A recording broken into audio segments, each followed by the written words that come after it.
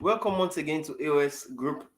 Today we are going to continue with our talk with A.O.S, the Q&A sessions centered on answering questions that we asked by our attendees of the JAPA to Canada in 2023 Q&A sessions. So that being said, today's question is going to be the question 260, which was asked, and the person actually said, address how to navigate the issue of retaining a certain amount of money in the account for 6 months as evidence of proof of funds. Thank you. And it was asked by Igweze Goodness from Nigeria. Now, that is a typical question of someone that wants to relocate to Canada for permanent residency, especially if you are working on your express entry, or it can even be for someone that is working on temporary residency, be it the study permit or the work permit, or even the visitor visa.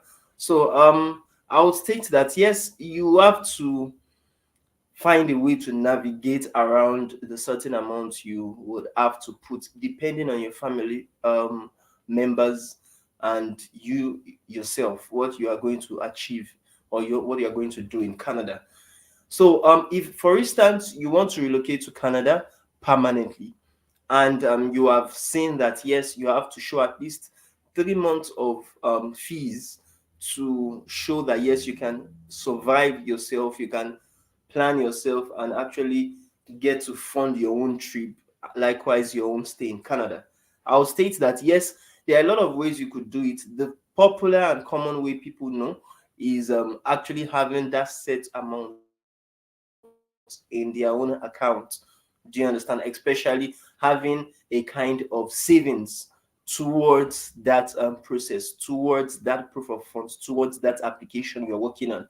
And some would already have the proof of funds in their accounts for about 6 months prior to the application, 3 months prior to the application, and so forth. Now, it's always a very good practice to have, yes, the 6 months of funds as an evidence for your proof of funds. However, there are still other ways you could go about it apart from putting actual money into your own actual account. And very simple ways for you to do it is, for instance, if you're married or you are going with a common law partner, that common law or that spouse can actually have their own money, like his or her own money in his or her own proof of in his or her own account without you actually having that amount. Some of one of our clients, for instance, once did that. She didn't have the money, you understand, but a common law partner had it. So as a result of that, she actually used our own common law partner's funds in our own common law partner's account to what to actually process our application. That's one way you could do it, which most people may not be accustomed to before. But apart from that, if you want to show your proof of funds, if you want to show that yes, you have certain amount, many people would make use of the fixed deposit account to actually show that yes, they could afford to, you understand, settle themselves down in Canada and also afford their own their own relocation. Likewise, you could use other assets like mutual funds. Do you understand? To show that you can survive in Canada. And for people that would like to also go through the route of actually getting a job offer, if you want to get a job offer, a lot of people have been asking me that I'm not really sure about my IELTS results. How can I get a job in Canada? Oh, some would say that, okay, I don't really even have any ways to get fixed deposits. I don't have assets in banks. I don't have things like that. I don't even have virtually any money. Do you understand? For proof of funds. How can I do it? How you could do it is very easy, or I would say it's simpler. Do you understand? Even though it may be more tasky for you to do. So you can get a job offer in Canada. If, for instance, you have siblings in Canada, you have family members in Canada, or you even have acquaintances that already own businesses in Canada and are needing expertise, you understand, needing professionals like you can actually reach out to them to get a valid job offer from such Canadian employer so that you can you can actually use the job offer letter as a proof of your as a proof of your funds or as a proof of your ability to survive in Canada when you land as a job or as a worker for another person.